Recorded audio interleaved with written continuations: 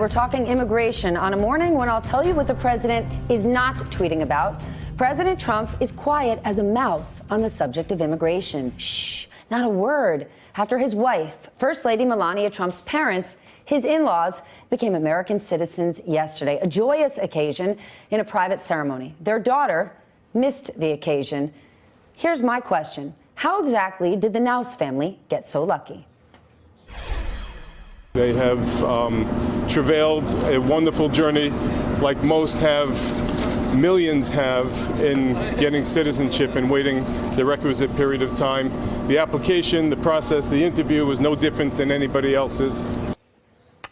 Maybe there is something the Naus' lawyer did not acknowledge, something he did not acknowledge until he was directly asked. Melania's parents came through the system known as family reunification, a U.S. immigration policy that their son-in-law, the President of the United States, likes to aggressively call chain migration, a system he absolutely loves to hate.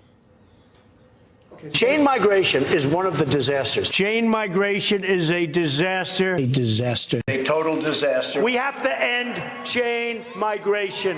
We have to end chain migration.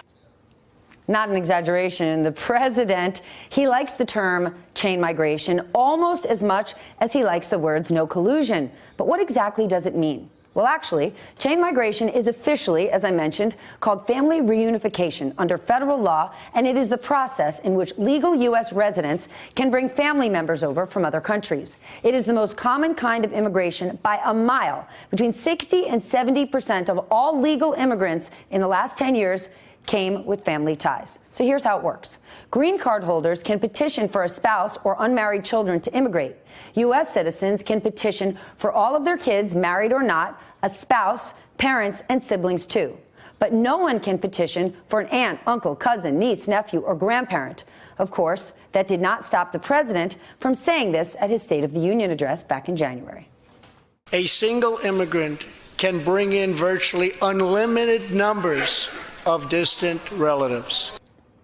That's the president in the State of the Union lying to us. And P.S., just because you petition for family members, there are absolutely no guarantees, and waiting periods can last anywhere from a few months to decades. There are really only two ways you are guaranteed citizenship: if you're born in the United States, if you are born elsewhere, and at least one parent is an American citizen. Beyond that, all foreigners have to go through a naturalization process.